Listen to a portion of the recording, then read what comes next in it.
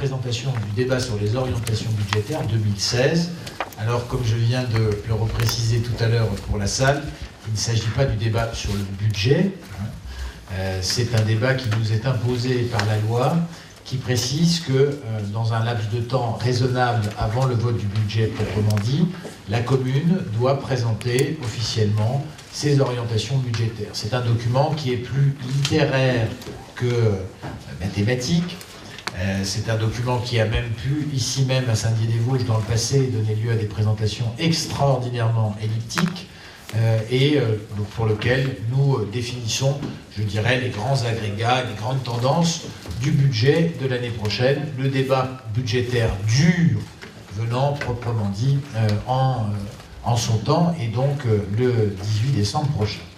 Alors, d'abord le contexte dans lequel ce budget va être construit et dans lequel nous raisonnons, c'est un contexte qui, pour la France, est un contexte très contraint sur le plan économique.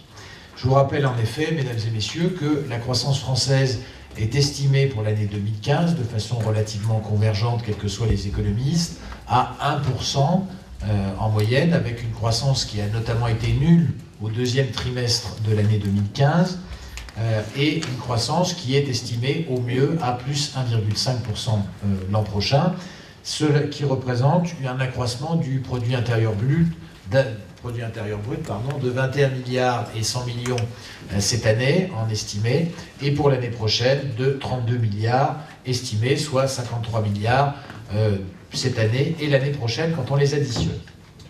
Alors, si on compare cela avec des pays qui nous environnent, et pour vous donner des ordres de comparaison, la croissance britannique, par exemple, cette année est de 2,5%, alors que celle de la France est de 1%, je vous le rappelle. Alors vous me direz que l'économie britannique a détruit beaucoup plus d'emplois après la crise de 2007-2008. Vous aurez raison. Néanmoins, à ce rythme, il risque de nous rattraper. Et elle est estimée, cette croissance britannique, à 2,2% pour 2016. En réalité, le pays qui est à peu près comparable à la France en termes de faiblesse de la croissance en Europe, c'est l'Italie, puisque sa croissance est de plus 0,7% en 2015, d'après les estimations, et l'an prochain, elle sera de plus 1,1%, soit un petit peu plus que la France, qui est en train de devenir une Italie bis du point de vue de la croissance. Et si on compare avec notre grand voisin allemand, et là, je vous demande d'être assez attentif, bien sûr, ça ne concerne pas Saint-Dié-des-Vosges, mais c'est un paysage global dans lequel on s'inscrit. La croissance allemande est estimée pour cette année, alors qu'on parle, mesdames et messieurs, de ralentissement allemand, à plus 1,8%, et l'an prochain à plus 1,8% exactement. Alors vous allez me dire, ça n'est jamais que 0,8% de croissance de plus que la France cette année, et que 0,3% l'an prochain.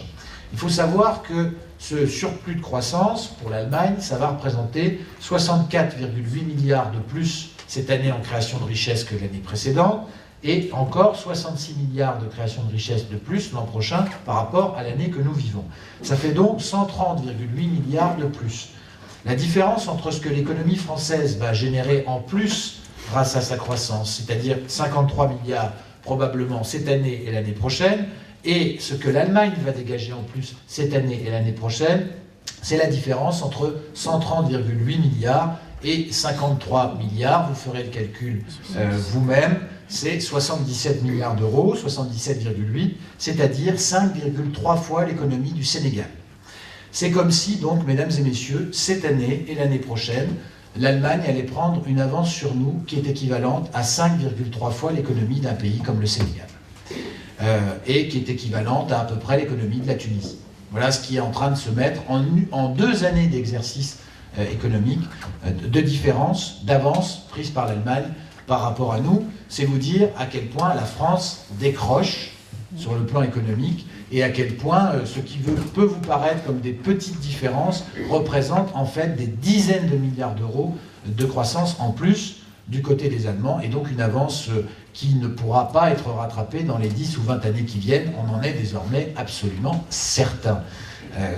Donc, pour ce qui concerne le contexte, donc ça c'est le contexte économique global, avec néanmoins, sur le plan local, quelques facteurs d'espérance.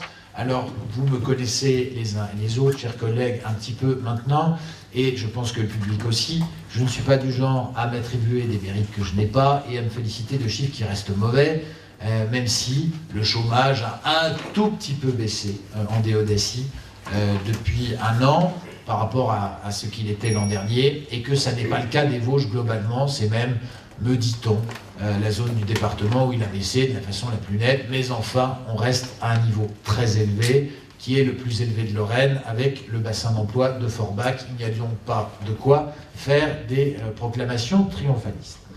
S'agissant du contexte financier dans lequel nous nous situons, c'est un contexte qui, comme l'a dit monsieur l'adjoint en finance, pour nuancer et équilibrer les propos du président du Sénat, se traduira cette année par une baisse de 9,6% de la dotation générale de fonctionnement, enfin plutôt l'année prochaine, en 2016, c'est-à-dire un peu plus de 33 milliards d'euros, en fait presque 34 milliards d'euros de moins pour les collectivités territoriales, qui vont donc supporter une part très importante de cette réduction des déficits, un peu plus de 40% de cette réduction des déficits, alors qu'elle ne représente que 12% de l'endettement.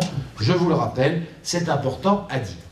Alors, dans ce contexte, beaucoup de collectivités font le choix, puisque la question se pose, la question bien sûr des charges, mais aussi des recettes. Beaucoup de collectivités ont fait le choix, dès cette année, en 2015, d'augmenter les impôts locaux. Je rappelle qu'à Toulouse, la taxe d'habitation a augmenté de 11,67%. Toulouse est une ville gérée par la droite. À Rennes, une ville gérée par la gauche, la taxe d'habitation a augmenté de 1,9%. À Strasbourg, une ville gérée par la gauche, elle a augmenté de 2,5%. À Bordeaux, de 3,7%. À Mulhouse, de 3%. Et à Marseille, de 3,3%. C'est dire si, quelles que soient les tendances politiques, la pression qui s'exerce sur les collectivités territoriales, et en particulier sur les villes, mais également sur les départements. Et à cet égard, il suffit de voir nos collègues alsaciens, collègues de Madame Privat, du conseil départemental, par exemple, du Bas-Rhin, qui sont particulièrement étranglés, puisqu'ils ont à supporter les revenus sociaux, et que l'Alsace a vu sa situation se dégrader de façon extrêmement rapide au cours des 5 dernières années. Elle est partie d'un taux de chômage en 2008 qui était de 5 ou 6%, et aujourd'hui il est de 10%. Et donc c'est autant de charges qui sont arrivées tout à coup sur les conseils généraux alsaciens, conseils départementaux, pardon, Madame la vice-présidente, et qui expliquent qu'on soit dans une situation très tendue du point de vue des départements, comme des communes, comme des intercommunalités, comme des régions qui en plus ne maîtrisent pas leurs ressources.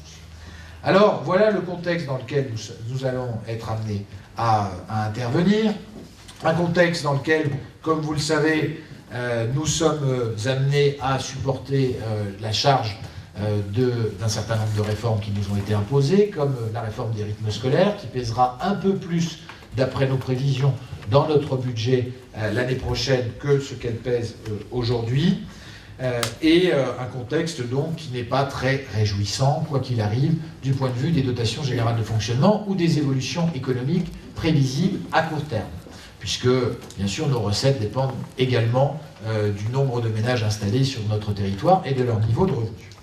Alors, compte tenu de l'ensemble de ces paramètres, le budget que nous vous présenterons d'ici 3 semaines sera un budget qui sera un budget rigoureux, un budget sérieux, mais un budget ambitieux, avec des objectifs qui, par rapport à l'an dernier, sont maintenus à la fois sur le redressement financier, à la fois sur l'amélioration de la qualité de vie et à la fois sur l'amélioration de l'attractivité de la ville de Saint-Dié-des-Vosges.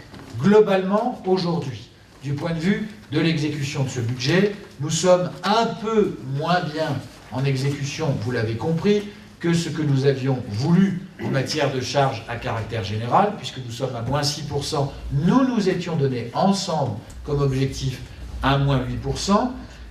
Nous sommes en revanche mieux sur les charges de personnel à moins 3%, alors que nous avions comme objectif moins 2%, ce qui explique que nous soyons dans la vertu budgétaire, puisque les charges de personnel représentent une part considérable des charges que paie la ville de Saint-Dié-des-Vosges. Je précise par exemple que ces économies, dès cette année, enfin en tout cas à la situation qui est arrêtée au 31 octobre 2015, représente quand même 859 000 € d'économie. C'est autant d'autofinancement en plus, même si l'autofinancement reste aujourd'hui négatif. Je précise aussi que la fiscalité est restée stable à Saint-Dié-des-Vosges cette année, contrairement au choix qui a été fait, je le disais, par beaucoup de communes, malgré une révision des bases de 0,9% et un certain nombre d'évolutions, de péripéties, devrais-je dire, du gouvernement sur lesquelles je n'ai pas à revenir en matière de fiscalité locale.